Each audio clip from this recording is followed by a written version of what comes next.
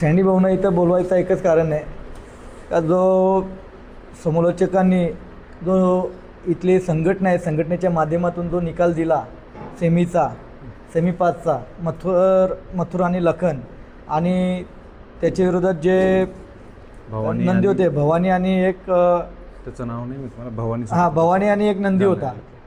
तर खरं तर त्या दोन्ही नंदींचं तोंड लागलेलं आहे. गाडी 19-20 झालेली आहे.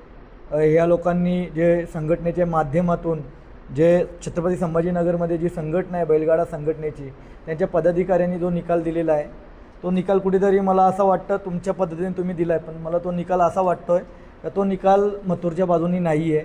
कुठेतरी आमचा 19-20मध्ये पराभव झालेला आहे. तर खरं तर त्या गाडा मालकांचा मी उद्याच्या मैदानासाठी त्यांना मी खूप साऱ्या शुभेच्छा देईल. भवानीसोबत जो नंदी होता त्यांना मथुर आणि लखन मी डिसिजन घेतो आहे. इथं लखनवाल्यांचा काय डिसिजन असेल त्यांचा ते बघतील, पण माझा मथुर मी आज रात्री या उद्या सकाळी भरून निघणार आहे.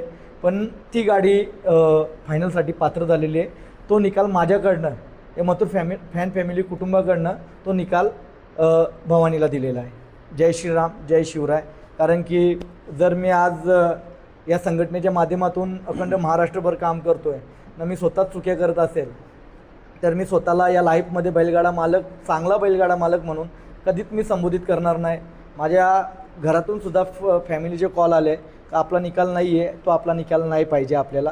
काही असू द्या, पुढच्या टायमाला नक्कीच या मराठवाड्यांसाठी पुन्हा एकदा येईल, नक्कीच प्रयत्न करेल फायनलसाठी पात्र करायचा आणि कपाळा गुलाल